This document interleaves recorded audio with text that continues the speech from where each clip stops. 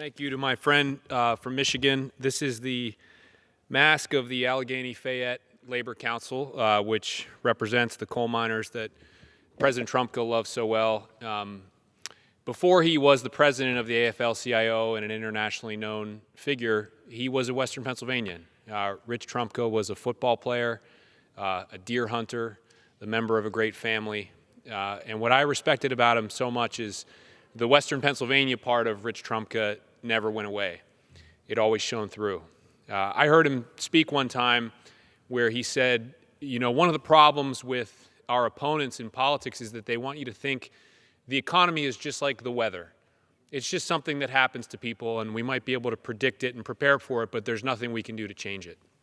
And he knew that in parts of the country like ours, in Western Pennsylvania, people had heard versions of that for so long at such high volume with so much corporate money and messaging behind it, that it threatened the basic fabric of our community. The unions built the middle class, not just in America, but particularly in Western Pennsylvania, and that has eroded over time. The benefits and the value of the labor movement have receded in a lot of people's minds.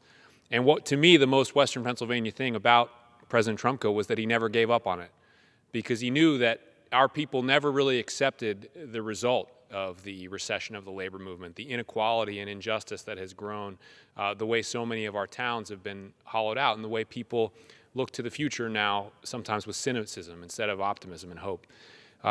To me, what he represented was that he really lived out the kind of abstract idea we have that the interests and the struggle of a coal miner can be the same as the interests and struggle of someone who works in home health care or someone who survived a nursing home during the pandemic working for less than $15 an hour. We have a lot of those in Western Pennsylvania now. Healthcare is one of our biggest economic drivers. And those people are not paid well for the risks that they take and the hard back-breaking work that they do. Coal miners know something about that. And I think that the best way we could honor President Trumka is to set aside some of the many differences that we have even within the Democratic family and the Labor family and refocus ourselves on the core economic issues that tie together all of the working and middle class people in this country, and that themselves represent such a powerful force that they really can't be stopped when people unite each other. Thank you, Mr. Levin, for putting this together, and may God protect Richard Trumka.